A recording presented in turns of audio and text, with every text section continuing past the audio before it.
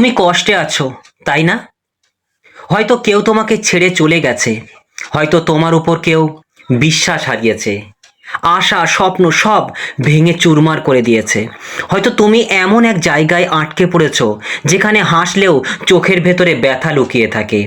একটা কথা মনে রেখো বন্ধু, এই পৃথিবীতে এমন কেউ নেই যার জীবনে কষ্ট আসেনি, কিন্তু সবাই পার্থক্য তৈরি করেছে তারা কষ্টের সঙ্গে কিভাবে লড়েছে। আজ আমি তোমাকে বলবো সেই 7টি ধাপ যেগুলো একেবারে বাস্তব বিষয়গুলো আমি তোমার সামনে তুলে ধরবো। মনোবিজ্ঞান, দর্শন, অভিজ্ঞতা সব মিলিয়ে তৈরি করা। তুমি যদি সত্যিই এই 7টি ধাপ মেনে চলো, তাহলে তোমার কষ্ট হয়তো উধাও হবে না, কিন্তু তুমি তার চেয়েও শক্তিশালী হয়ে উঠবে। এই জীবন যতদিন বেঁচে থাকবে, এই দেহে যতদিন প্রাণ থাকবে, ততদিন সমস্যা থাকবে, কষ্টও থাকবে, কিন্তু সেখান থেকে ওভারকাম করা আমাদের একান্ত দায়িত্ব এবং কর্তব্য। আর একদিন তাকিয়ে দেখবে যে কষ্ট একসময় তোমাকে ভেঙে গুঁড়িয়ে দিত, আজ সেই কষ্টই তোমাকে গড়ে তুলেছে। তাই দার্শনিক ফ্রিডরিখ নিটশে বলেছেন, যা আমাকে মারে না তা আমাকে আরো শক্তিশালী করে তোলে। এই কথাটাই আজ তোমার জীবনের নতুন মন্ত্র হোক। প্রথম ধাপ, কষ্টকে অস্বীকার নয়, স্বীকার করো। তুমি জানো বেশিরভাগ মানুষ কষ্ট পায় না কষ্টের জন্য, কষ্ট পায় পালাতে গিয়ে কষ্ট থেকে। তাই মনোবিজ্ঞানে একে বলে ইমোশনাল সুপারেশন। মানে তুমি অনুভূতিগুলোকে চেপে রাখছো, দেখতে দিচ্ছ না, কিন্তু ভেতরে তারা জ্বলে পুড়ে মরছে। কষ্টকে স্বীকার করা মানে দুর্বল হওয়া নয়, বরং নিজেকে বুঝে নেওয়া।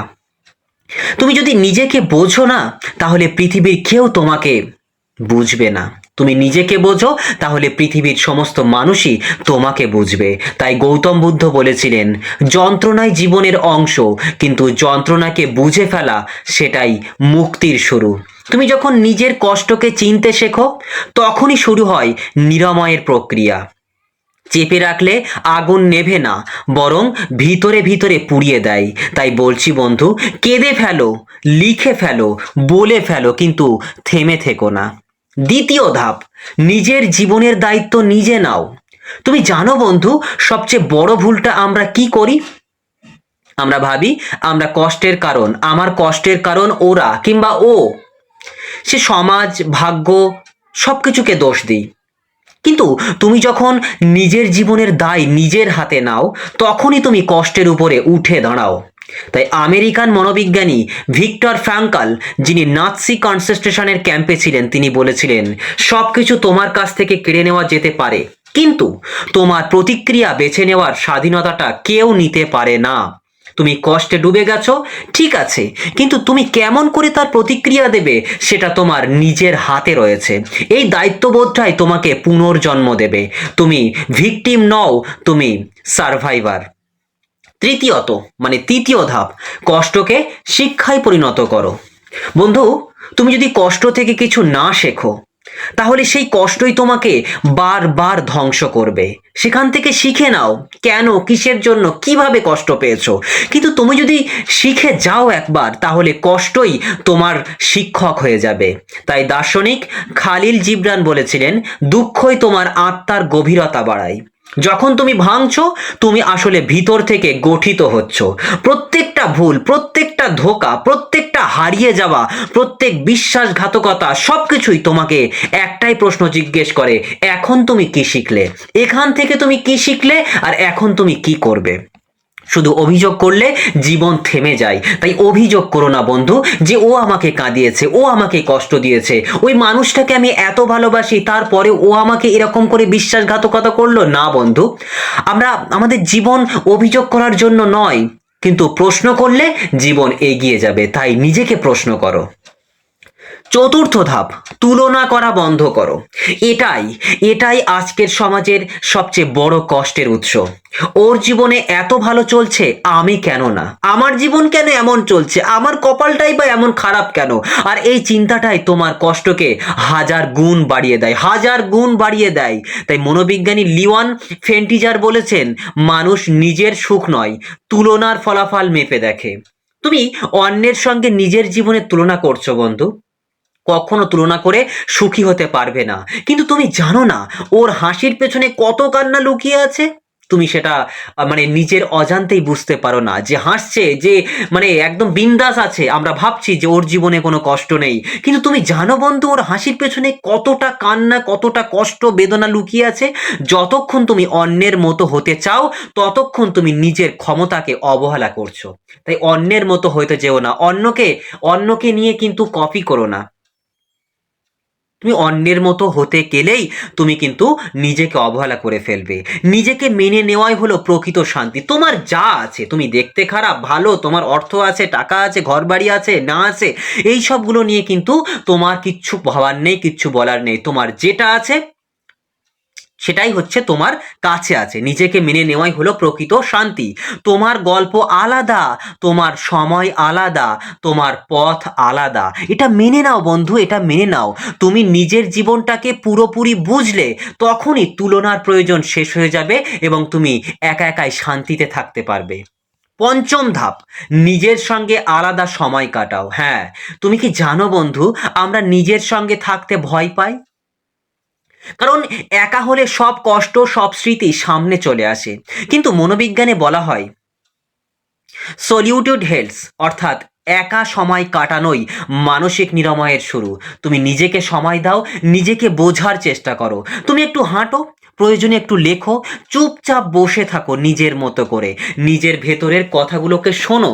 যখন তুমি নিজের সঙ্গে বন্ধুত্ব করবে তখন বাইরের সম্পর্কগুলোও সহজ হয়ে যাবে। তাই মনীষী রবীন্দ্রনাথ ঠাকুর বলেছিলেন যে নিজের মধ্যে আলো খুঁজে পাই তার পথ কখনোই অন্ধকার থাকে না। তুমি যত একা হবে তত শক্তিশালী হবে। আর এ বিষয়ে আমি তোমাদের একটা ভিডিও দিয়েছি, একা থাকার উপকারিতা। একা থাকলে যে কতটা উপকার তুমি পেতে পারো সেটা তুমি একা থেকে দেখো। তাই একা থাকা মানে এই নয় যে তোমার সংসার, পরিবার, পরিজন সব কিছুকে ছেড়ে থাকা। আমি এই একা থাকা মানে নিজের সঙ্গে সময় কাটাতে বলছি। এই 24 ঘন্টার মধ্যে তোমার নিজের জন্য বেশি সময় ব্যয় করো, নিজেকে নিয়ে ভাবো, নিজেকে ভালোবাসো, নিজের খেয়াল রাখো। তুমি যত নিজের খেয়াল রাখবে, নিজের সঙ্গে সময় কাটাবে, তত তুমি শক্তিশালী হবে। কারণ তখনই তুমি বুঝবে তুমি একা নও, তোমার মধ্যে একটা বিশাল বিশাল শক্তি আছে যেটা শুধু জেগে ওঠার অপেক্ষায় আছে। ষষ্ঠ ধাপ, কষ্টকে কথায় রূপ দাও, নীরবতায় নয়। তুমি জানো কেন মানুষ ভিতরে ভিতরে ভেঙে যায়? কারণ তারা কষ্টের কথা মুখে আনে না, তারা চুপ করে থাকে। তারা ভাবে বলার কোনো মানেই হয় না, কেউ বুঝবে না তো আমার কষ্ট। আর এরকমটা তো হয়, আমাদের কষ্টগুলো কেউ বুঝতে চায় না। কিন্তু তাই বলে একেবারে চুপচাপ থাকলে হবে না। এই চুপ করে থাকা মানে ভিতরে জমে থাকা ব্যথা একদিন বিস্ফোরিত হয় আমাদের মনের মধ্যে। তাই মনোবিজ্ঞান বলে যখন তুমি কষ্টের কথা বলো তোমার মস্তিষ্কের যে অংশে চাপটা পড়ে সেই অংশের চাপটা কমে যায়, তুমি হালকা বোধ করো। তাই বলে ফেলো। এই কারণেই থেরাপি কাজ করে, এই কারণেই বন্ধু দরকার, এই কারণেই কথা বলা একটা ওষুধ। তাই কষ্ট পেলে তুমি কথা বলো, কিন্তু সেটা নিজের প্রয়োজন বা প্রিয়জনের সাথে বলো, যে তোমার কথার মূল্যায়ন করবে, তোমাকে অবহেলা করবে না, এমন মানুষের সাথে বলো। যদি বলার মতো কাউকে না পাও তাহলে খাতায় লিখে ফেলো। তুমি যদি নিজের কষ্টের কথা বলতে না পারো তাহলে তোমাকে লিখে ফেলতে হবে। যদি লিখতেও না পারো, একা একা গুনগুন করো, নিজের কষ্টগুলোকে বলে ফেলো। আর লিখে ফেলো এমন ভাবে যেন কাগজটাও কেঁদে ফেলে, কিন্তু ভেতরে রেখো না তোমার কষ্টগুলোকে। তাই দার্শনিক কার্ল জুং বলেছেন, যা তুমি মুখে আনতে পারো না সেটাই তোমার জীবনকে নিয়ন্ত্রণ করতে শুরু করে। তাই মুখ খোলো, চিৎকার করে না হোক কিন্তু বলো, নিজেকে বোঝাও, পৃথিবীকেও বোঝাও তুমি কষ্টে আছো কিন্তু তুমি হেরে যাওনি। সপ্তম ধাপ, কষ্টের ওপারে নতুন অর্থ খুঁজে নাও। এটাই শেষ ধাপ আর সবচেয়ে শক্তিশালী। কারণ কষ্টের আসল উদ্দেশ্য হচ্ছে তোমাকে একটা নতুন অর্থের দিকে ঠেলে দেওয়া। তুমি যদি শুধু কাঁদো তাহলে কষ্ট বৃথা, কিন্তু তুমি যদি সেই কষ্ট থেকে কিছু সৃষ্টি করো তাহলে তোমার কষ্টই তোমার আশীর্বাদ হবে। দেখো, ভিক্টর ফ্র্যাঙ্কল কনসেন্ট্রেশন ক্যাম্পে সব হারিয়ে গিয়েও কিন্তু বলেছিলেন মানুষ তখনই বাঁচে যখন তার বাঁচার একটা কারণ থাকে। কি বললাম? মানুষ তখনই বাঁচে যখন তার বাঁচার একটা কারণ থাকে। তোমাকে সেই কারণটা খুঁজে বের করতে হবে। তুমি কেন বাঁচতে চাও? তুমি কিসের জন্য বাঁচতে চাও? তুমি তোমার কারণটা খুঁজে একবার বের করো। তুমি লেখো, তুমি কাজ করো, তুমি অন্যকে সাহায্য করো, তুমি যাই করো না কেন তাতে নিজের কষ্টের অর্থ খুঁজে নাও। কারণ প্রতিটি দুঃখ, প্রতিটি ধোঁকা, প্রতিটি বিশ্বাসঘাতকতা, প্রতিটি একাকিত্ব তোমাকে একটা বড় কিছু বানানোর জন্য এসেছে। কি বললাম? এই কথাটা কিন্তু তোমাকে একদম কান খুলে শুনে রাখার দরকার। তোমার জীবনে এই বিষয়গুলো, এই কষ্ট, এই সমস্যাগুলো এসেছে কারণ তোমার জন্য কিছু একটা বড় কিছু অপেক্ষা করছে। সেই জন্যই তোমার জন্য এত কষ্ট এসেছে। এটা কিন্তু বিশ্বাস করতে হবে। অবশ্যই আছে। তুমি বিশ্বাস করেই দেখো না। অবশ্যই আমার জীবনেও আমি এমন কষ্টের সম্মুখীন হয়েছি এবং ইন ফিউচারে তার প্রমাণও পেয়েছি। তাই স্টিভ জব বলেছিলেন, তুমি এখনই বিন্দুগুলিকে বুঝবে না, কিন্তু একদিন ফিরে তাকালে বুঝবে প্রতিটি বিন্দু দরকার ছিল। কি বললাম? তুমি যে বিন্দুগুলোকে নিয়ে এখন ভয় পাচ্ছ, তোমার কষ্টের যে ছোট ছোট বিন্দু, তোমার চোখের ফোঁটার যে ছোট ছোট বিন্দু, সেই বিন্দুগুলোকে তুমি হয়তো এখন বুঝবে না, কিন্তু একদিন ফিরে তাকালে বুঝবে প্রতিটি বিন্দু দরকার ছিল তোমার জীবনের জন্য। তুমি এখন যে ব্যথা পাচ্ছ, সেই ব্যথাই তোমার আগামী দিনের শক্তি। হ্যাঁ, সেই ব্যথাই তোমার আগামী দিনের শক্তি। তাই এই ৭টি ধাপ অবশ্যই তোমাকে ফলো করতে হবে, তোমাকে খেয়াল রাখতে হবে। কিন্তু এখন যা করতে হবে একদম বাস্তবভাবে করতে হবে। কি করবে তুমি? প্রতিদিন সকালে উঠে ৫ মিনিট চুপ করে বসে নিজের সঙ্গে কথা বলো। প্রয়োজনে সময়টা বাড়িয়ে নিও নিজের সঙ্গে কথা বলার। আমি কোথায় আছি? আমি কেমন আছি? এই প্রশ্নটা নিরাময়ের শুরু করে। তুমি এই দুটো প্রশ্ন জিজ্ঞেস করো না, আমি কোথায় আছি আর আমি কেমন আছি। দ্বিতীয় কাজ যেটা করবে, দিনে একবার হলেও একটা খাতা নিয়ে নিজের অনুভূতি লিখে ফেলো। যা মনে আসে, দুঃখ, কষ্ট, যন্ত্রণা, ব্যথা, বেদনা, ভালো লাগা, ভালোবাসা, সব লিখে ফেলো। যা মনে আসবে তাই, সাজিয়ে নয়, একদম খুলে খেলে লিখে ফেলো। তৃতীয়ত কি করবে? নিজের মধ্যে যা ভালো সেটা প্রতিদিন একবার অন্তত মনে করো। তুমি মানুষ, তোমার মধ্যেও একটা কি বলবো স্ট্রং পয়েন্ট রয়েছে, একটা ভালো দিক রয়েছে, শক্তিশালী পয়েন্ট রয়েছে। সেটা দিনে একবার হলেও মনে করো যে আমার এই দিকটা ভালো, বা আমি এই বিষয়টাতে ভালো, আমার মধ্যে এটা ভালো আছে। এটাই তোমার আত্মবিশ্বাসের মূল। তোমার আত্মবিশ্বাস তৈরি হয়ে যাবে। চতুর্থত কি করবে? যাদের সঙ্গে কথা বলে তোমার মন হালকা হয় তাদের সঙ্গে সময় কাটাও। যাদের সঙ্গে কথা বলে তোমার মন হালকা হয় তাদের সঙ্গে সময় কাটাও। আর যাদের সঙ্গে কথা বলা বলে নিজের মনটা ভারী লাগে তাদের থেকে দূরে থাকো, কারণ মানসিক দূরত্বও কিন্তু একটা আত্মরক্ষা। পঞ্চম কাজ কি করবে? জীবনের ছোট ছোট কাজে গর্ব অনুভব করো। একটা দিন ভালো কেটেছে, সেটাও একটা বিজয়। তুমি ছোট বিজয়গুলো দেখলে বড় জয়গুলো অবশ্যই তোমার জীবনে আসবে। ৬ নম্বর কি করবে? মোবাইল থেকে ৩০ মিনিট দূরে থাকো। এর সময়টা আরো বাড়িয়ে নিতে পারো।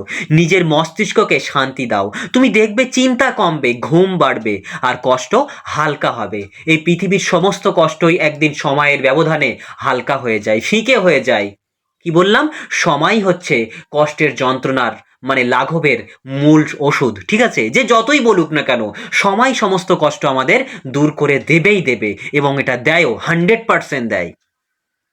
সপ্তম কি করবে? সবচেয়ে বড় কথা এটা, নিজেকে বলো আমি পারবো। আমি পারবো। যতবার বলবে ততবার তোমার মস্তিষ্ক বিশ্বাস করতে শুরু করবে। আর এটাই নিউরোসায়েন্সের সত্যি কথা। এটাই নিউরোসায়েন্সের সত্যি কথা। Repetition nourishes the brain. তুমি যা ভাবো তুমি তাই হয়ে যাও। এরকম বই কিন্তু অনেক আমরা দেখেছি, ইউটিউবে অনেক ভিডিও কিন্তু পড়েছি বা শুনেছি। তুমি যা ভাবো তুমি তাই হয়ে যাও। একদম 100% সঠিক। তোমার ভাবনার পরিবর্তন ঘটাতে হবে, আমূল পরিবর্তন ঘটাতে হবে। তুমি কষ্টে আছো, আমি জানি বন্ধু, কিন্তু তুমি এই কষ্টে চিরকাল থাকবে না।